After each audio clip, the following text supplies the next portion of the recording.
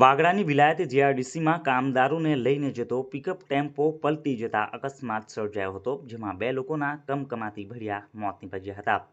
બનાવની જાણ થતાં જ વાગરા પોલીસ ઘટના સ્થળે પહોંચી વધુ તપાસ હાથ ધરી હતી।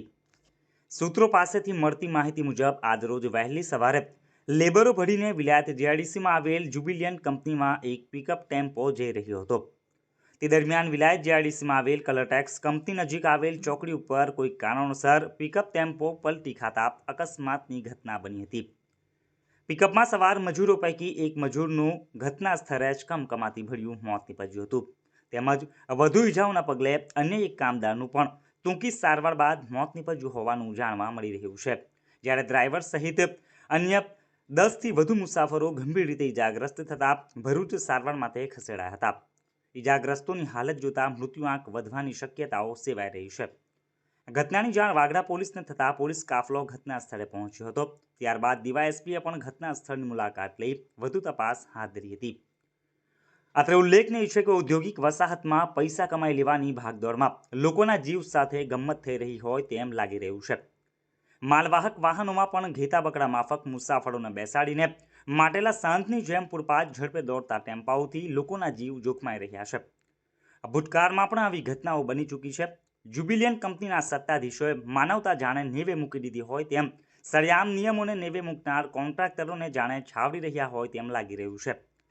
થોડા સમય પહેલા પણ કામદારો ભરેલ આઈશર ટેમ્પો પલટી ખાતા 30થી વધુ કામદારોના જીવ જોખમમાં મુકાયા હતા। જોકે સદનસીબે તે સમયે મોટી હોનારત થતાં અટકી ગઈ હતી। જાણવા મળ્યા પ્રમાણે એ ટેમ્પોમાં પણ જુબિલિયન્ટ કંપનીના જ કામદારો ઘેતા બકરાની જેમ ભરેલ હતા અને આજરોજ બનેલ અકસ્માતની ઘટના તેનું ઉત્તમ ઉદાહરણ છે। વાગડા, વિલાયત, દેરોલ તેમજ ભરૂચથી માલવાહક ગાડીઓમાં લાવવા લઈ જવાતા વાહનના માલિકો વિરુદ્ધ પોલીસ પ્રશાસન પણ દાખલારૂપ અને કાયદેસરની કાર્યવાહી કરે તે અત્યંત જરૂરી બન્યું છે। નોંધનીય છે કે જીઆરડીસીમાં આવેલ તમામ રૂટ ઉપરના માર્ગો અત્યંત જોખમી બની ગયા છે।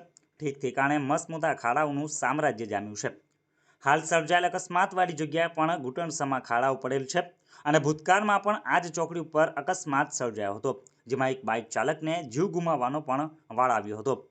જીઆરડીસીમાં સર્જાતા અકસ્માતોનું મુખ્ય કારણ જોખમી ખાડાઓ સાબિત થઈ રહ્યા છે અને વધુમાં જીઆરડીસીમાં આવેલ કંપનીઓમાં આવતી માલવાહક મોટી ટ્રકો પણ રસ્તામાં જ પાર્ક થતી હોય છે, તે પણ એક ચિંતાનો વિષય છે। માલવાહક ગાડીઓમાં કામદારોનું વહન ખરેખર જોખમી સાબિત થઈ રહ્યું છે, માટે આવા બેફામ વાહન માલિકો, કંપની સહિત કામદારોના જીવ સાથે રમત રમનાર કોન્ટ્રાક્ટરો વિરુદ્ધ કાયદાનો કોરડો ઝીંકી તેમની શાન ઠેકાણે લાવવામાં આવે, જેથી કરી મોટી હોનારત થતા અટકાવી શકાય તેમ છે। इस वीडियो को लाइक करें, हमारे चैनल को सब्सक्राइब कर बेल आइकन जरूर प्रेस करें हमारी न्यू वीडियो सबसे पहले देखने के लिए।